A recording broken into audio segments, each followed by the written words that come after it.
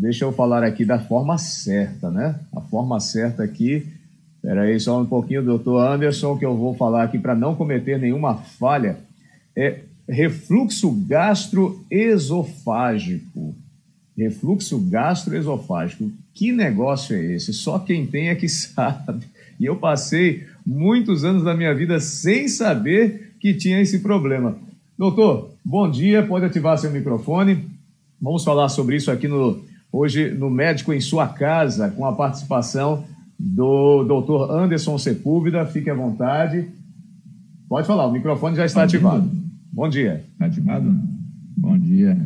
Me bati aqui, o celular não deu certo, aí foi no notebook, eu não sou muito acostumado com isso ainda. Mas vamos chegar lá. Bom dia a todos da família. Bom dia a todos da família Marvel, muito bom estar aqui.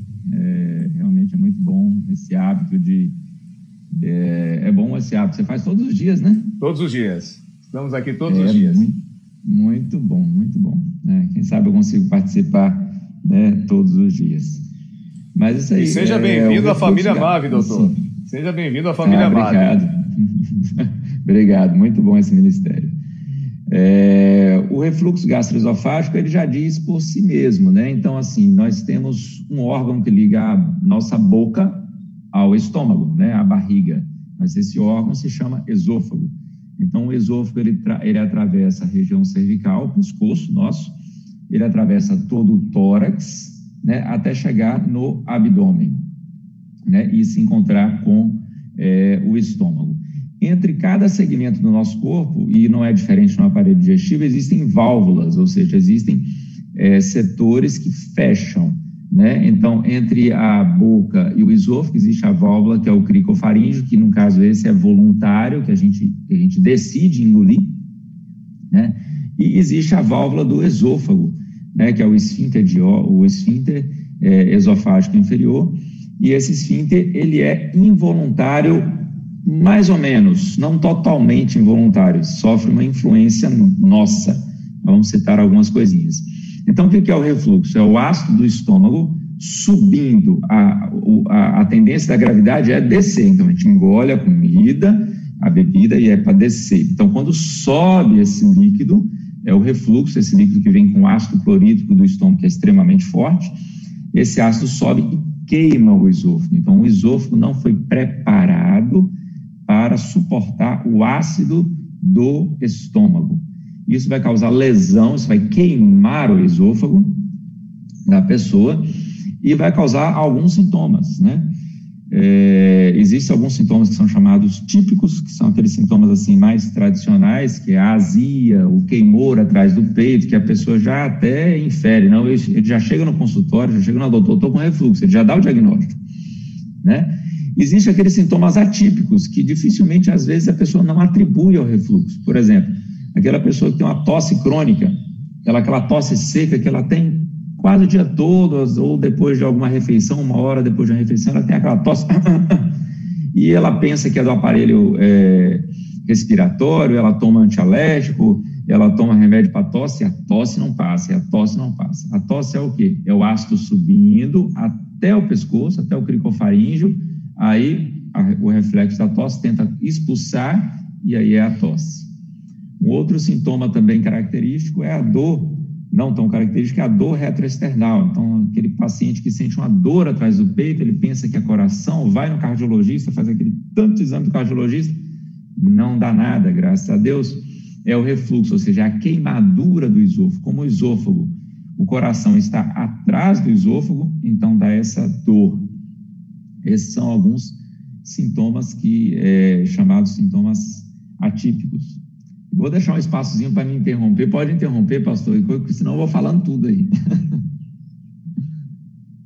Veja só, nós temos uma pergunta aqui, que é da Maristela. Ela diz: doutor, quando eu como pão de padaria, eu arroto azedo e não como mais, e não sinto esse problema mais. E aí, então, doutor? Aí nós temos que ver o seguinte, ela especificou pão de padaria, então a gente tem que pesquisar nessa pessoa, esqueci o nome dela, se ela tem algum sinal de intolerância a glúten, Maristela, se a Maristela tem algum sinal de intolerância a glúten, que seria uma investigação importante, apesar de não ser tão frequente a intolerância a glúten quanto se imagina, né? Essa propaganda que a indústria faz de intolerância a glúten, pensa-se que atinge muita gente, não é tanto assim, a parcela da população é de menos de 5%, mas é importante investigar. Como é que você investiga? Através de uma endoscopia, através de um exame de sangue. São basicamente 3 exames de sangue, 3 dosagens laboratoriais que você faz e tem a certeza se você tem ou não intolerância a glúten. É importante tirar essa dúvida, porque caso tenha, a pessoa tem que se abster não somente do pão, né, mas também de todo o glúten, porque ele pode sofrer consequências de atrofia intestinal grave, até atrofia até do cérebro. Tem um paciente que ficou paralítica porque tinha intolerância a glúten e só descobriu quando ficou paralítica. Então, pode ser uma coisa grave. Porém, há um tempo atrás eu doutor, atendi só uma pergunta. padeiro. Uma pergunta, doutor. A intolerância a glúten pode também provocar Sim. câncer? A intolerância a glúten pode. A intolerância a glúten, em primeira mão, o que ela faz? Como não consegue absorver o glúten, as vilosidades intestinais, ou seja, a parte intestinal que absorve os nutrientes, elas vão sofrendo atrofia, elas vão ficando mais com pequenas voltinhas, as voltinhas vão acabando e perde a capacidade de absorver os alimentos. Então, essa é a primeira consequência. E pela deficiência nutricional da absorção de alguns nutrientes, ele vai ter consequência, dentre elas o câncer e até a atrofia cerebelar, o cerebelo, que é um órgão que fica aqui atrás, faz parte do tronco encefálico e que é responsável pela nossa movimentação, pelo nosso equilíbrio. Ele pode sofrer uma atrofia. É o que aconteceu com essa paciente, chegou hoje, ela é cadeirante por causa de intolerância a glúten. Isso não é para alarmar ninguém, mas caso tenha, se for detectado que tem que levar a sério. Se não tiver, está de boa. Agora, em relação ao pão de padaria, eu atendi um padeiro aqui de uma boa padaria de Eunápolis, e aí eu brinquei com ele, e aí, você come muito pão? Ele falou, doutor, eu não como pão de padaria de jeito nenhum. Você não sabe o tanto de tranqueira que tem naquele negócio, eu não como aquilo nem que me mate. Então, pode ser que o pão da padaria tenha muitos produtos químicos, como ela especificou o pão da padaria, né? Aconselho ela também a procurar um substrato, um carboidrato de melhor qualidade, no caso. Pode ser, não estou acusando a padaria, nem sei qual é, não vamos falar qual é também. Mas no geral, né? No geral, a gente sabe. A gente se encanta muito pelo aroma, a gente se encanta pela beleza, mas a gente sabe que realmente é um produto que é questionável. Doutor, as perguntas estão pipocando aqui no nosso chat do Zoom. Eu vou ver também as perguntas lá no chat do Face. Mas a Luciana diz o seguinte: eu sinto muita azia que dói e queima minhas costas. E aí, tem alguma ligação, doutor? Sim, foi o que eu falei anteriormente, foi o quê? Como a queimadura, o esôfago é um órgão fino se comparado com o estômago, né? Ele tem 3 camadas e no segmento superior ele é bem fininho, então na parte que vai subindo aqui no tórax ele é bem fino. Então, quando esse refluxo é mais acentuado, o que acontece que chega a dar tosse no paciente, ou seja, significa que subiu até a garganta, ele queima o esôfago e dá uma dor nas costas da pessoa, porque o esôfago ele está próximo da coluna, né? Ele está atrás do aparelho respiratório. Então, nós temos aqui na frente a traqueia, por onde passa o ar. Atrás da traqueia, nós temos o esôfago. Então, ele está mais próximo da coluna, ele está sobreposto, ele está atrás do pulmão. Então, dá dor nas costas. É um sintoma de dor nas costas, é um sintoma atípico, né? Frequente, inclusive, como é o caso dela. Eu queria chamar a atenção de um hábito que eu vejo muito em nós. Eu, inclusive, passava por isso também. Todos nós podemos ser pacientes. O que acontece? As refeições elas devem ser feitas no ambiente mais agradável possível e com calma.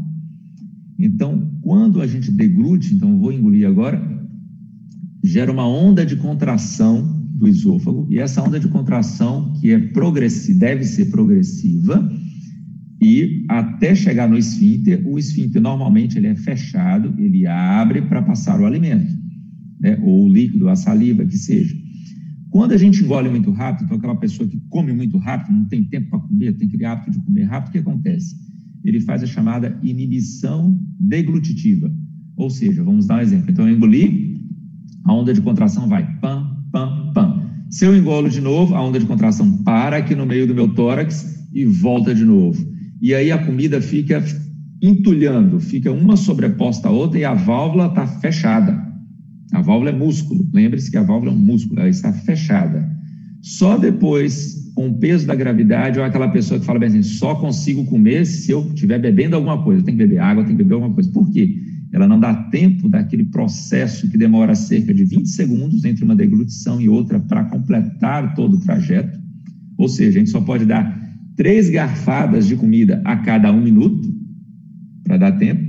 E aí o que acontece? Essa comida, esse alimento, ele fica aqui e ao invés da válvula trabalhar, abrir e fechar, como todo músculo precisa ser exercitado, então nós exercitamos nossos músculos estriados através de exercícios físicos, ginástica, trabalho e tudo. O músculo do esôfago também precisa ser exercitado, e ele não é exercitado, ele é praticamente estuprado, digamos assim, né? A comida vai empurrar e ele vai esgarçar, ou seja, você vai ter um esôfago uma válvula cada vez mais frouxa, né? Propiciando cada vez mais refluxo. Então, o hábito de se alimentar de forma calma é importantíssimo. Olha, interessante, a gente não imagina como alguns maus hábitos podem proporcionar tanto prejuízo para a nossa vida, né? E essa questão do comer rápido é quase que um fator comum entre, principalmente, os trabalhadores, as pessoas que têm ali pouco tempo de intervalo para o almoço, vai lá, come rapidinho para poder tratar de alguns outros assuntos no comércio ou ter algum soninho aí após o almoço. Inclusive, vai ser um outro momento aí, quem sabe, falar sobre isso. Mas as perguntas estão vindo aqui. Olha, Dinei perguntou, doutor, o uso da lactose também traz problema de refluxo? E ele pediu também para falar sobre a mastigação. Certo. Bem, a lactose, se a pessoa tem intolerância à lactose, já seria um assunto até de talvez um outro programa, ele vai causar vários distúrbios, mas o distúrbio principal é o seguinte: se a pessoa não tem a lactase, que é a enzima que digere o açúcar do leite no intestino delgado, ou seja, já passou do esôfago, já passou do estômago, está no intestino delgado. Então, nós estamos já lá embaixo, né? Nós estamos aí a 1,20 m da boca. Tá? O que acontece? Essa lactose não vai ser digerida pelo intestino delgado e essa lactose vai ser digerida pelas bactérias do intestino grosso, pelo cólon, onde tem as fezes. Né? Então, essas bactérias vão digerir esse substrato, que é o açúcar do leite, e esse açúcar do leite vai, na digestão pelas bactérias, vai produzir 2 componentes, vai produzir glicose e vai produzir hidrogênio, que é um gás. Então, o sintoma principal da intolerância à lactose é estufamento da barriga. Você vai encher de gás a barriga e, às vezes, ter diarreia. Então, quando a pessoa tem intolerância à lactose, existem 2 testes para fazer o diagnóstico, um mais eficiente, outro menos. A pessoa tem que se abster da lactose ou comprar produtos que tenham a enzima lactase. O ideal seria se abster e deixar para utilizar os produtos da lactose em ocasiões especiais, para ele não ficar comprando, de qualquer forma, alimentos que tenham a lactase, que é um suplemento, e vai ficar mais caro e também acaba tendo produtos químicos juntos. Mas aí existe o exame, não tem uma relação direta. Se a pessoa tem muita intolerância à lactose, esse gás vai subir e vai acabar também propiciando ter o refluxo. Ok, esse é um assunto que tem mais pano para manga aí, né? Tem muito leite para colocar tem mais. Na jarra. Mas vamos falar aqui sobre o refluxo. Doutor, o problema já foi identificado, a gente já sabe que os maus hábitos podem proporcionar, intensificar esse problema, mas a pergunta é, o que fazer quando nós identificamos? Talvez na descrição que você fez agora, muitos dos nossos queridos que estão aqui com a gente, da família Mave, acompanhando, identificou-se, como é o meu caso também, porque eu já sei que eu tenho um problema e às vezes eu relaxo com as atitudes corretas. Mas quais são as soluções para a gente tentar amenizar? É um problema crônico? Dá para reverter? Dá para ser curado? Como é isso? Os pacientes falam assim, chega assim e falam, doutor, esse negócio de refluxo não tem jeito não, né? Não tem como melhorar. Eu melhoro e depois volta tudo de novo. É porque, como a gente já falou, ela tem uma relação direta com os hábitos, com o que você come. Então, por exemplo, alguns alimentos que notadamente vão causar refluxo e vão dar problema no trato gastrointestinal, principalmente alto. Uso de café fumo, álcool, chocolate, as mulheres que gostam um pouco mais de chocolate do que os homens, geralmente, frituras, condimentos, pimenta, páprica, enlatado, sardinha, atum, salsicha, crustáceos é um veneno, apesar que nós estamos falando aqui para um público adventista, mas vale ressaltar, siri, camarão, caranguejo é péssimo, e o uso de alguns medicamentos, como, por exemplo, anti-inflamatórios não esteroides. Vou citar diclofenaco, aspirina, cetoprofeno, ibuprofeno, meloxicam, nimesulida. Todos esses medicamentos lesam o trato digestivo alto, alguns em maior, outros em menor grau. Então, tudo isso você tem que se abster dessas coisas, né, que vão causar refluxo e outros problemas mais, né? E o hábito que nós já falamos, o hábito de se alimentar corretamente, de comer frutas, verduras, legumes, ou seja, a questão do refluxo ela vai mais além do que uma doença, como na maioria das vezes das doenças, elas têm a ver com os nossos hábitos de vida, com as nossas escolhas de uma forma direta. Então, se a pessoa não entrar nesse clima de forma crônica, a doença dela vai voltar. Apesar que tem algumas pessoas que têm problemas específicos, né, como distúrbios da motilidade intestinal, que tem síndrome de intestino irritável, espasmo esofagiano difuso, que são doenças específicas que necessitam, além de tudo isso que a gente falou, de tratamentos específicos e exames específicos, que a gente pode entrar em detalhes como a manometria esofágica, a pH-metria esofágica, que são para fazer o diagnóstico diferencial de distúrbios de hábito e distúrbios que seriam doenças que precisam de tratamentos, além do tratamento habitual, que é procinético e inibidor do ácido do estômago, que são os tratamentos mais convencionais. Doutor, é muito assunto mesmo. O pessoal aqui está nas redes sociais e também aqui no chat do Zoom, dizendo que é uma palestra muito boa. Muito agradecidos estamos por essas informações, mas eu não posso me despedir ou encerrar esse momento sem fazer uma última pergunta que apareceu aqui, tá? A pergunta é o seguinte: o que ocorre no estômago quando misturamos a comida com líquidos? Pode causar esofagite? Esofagite é o termo técnico que o endoscopista, a gente na endoscopia, a gente utiliza quando a gente faz endoscopia e vê o órgão do esôfago queimadinho, né? A gente vê ele todo queimado, a gente usa esse termo esofagite, que é uma consequência do refluxo. Então, se você tem esofagite, obviamente você teve refluxo, e esse refluxo foi tão acentuado que queimou o esôfago e gerou uma queimadura visível no endoscópio, né? Nós vimos aquela queimadura. Então, o hábito de você ingerir líquido junto com a alimentação, como eu já falei anteriormente, o que acontece? Você empurra o alimento, não dá tempo para a válvula abrir e fechar adequadamente, lembrando que a função da válvula é ficar fechada e só abrir quando vier a onda de contração. Além do mais, o estômago com o alimento e com líquido, o que vai acontecer? Ele primeiro vai ter que tirar todo o líquido, para depois ele processar o alimento com o ácido clorídrico e com os ácidos que são inerentes ao estômago. Então, o processo digestivo vai ficar mais lento.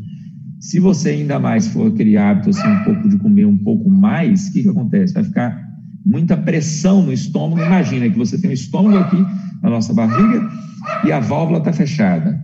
Essa válvula que você já não tratou ela tão bem. E aí está cheio de comida, ainda cheio de líquido, água, Coca-Cola, que seja.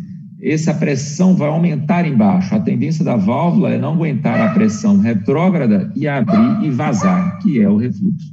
Então, mais ou menos assim, acho que deu para entender. É bom a gente ficar atento para essas questões, porque muito dos problemas nem são genéticos, são hábitos que adquirimos ao longo da vida e achamos que simplesmente não tem problema nenhum. Só que a cobrança vai ser feita muito elevada mais à frente. Doutor, muito obrigado pela sua participação. Queremos apenas lhe perguntar onde é que você atende, como é que se faz contato, porque eu tenho certeza que muitos gostariam de ter esse atendimento mais especializado nessa área. Como é que as pessoas podem fazer contato contigo? A nossa clínica é a GastroCenter, ela fica dentro do Hospital AMES, e o nosso telefone de contato, que também é o WhatsApp, tudinho, é 998223434. Tem um canal no YouTube, tem também um canal no Instagram, tem no Facebook, que é GastroCenter Anderson Sepúlveda. Se colocar, vai achar a gente lá. Gastrocenter, ok. Fica em Eunápolis, né? Sul da Bahia.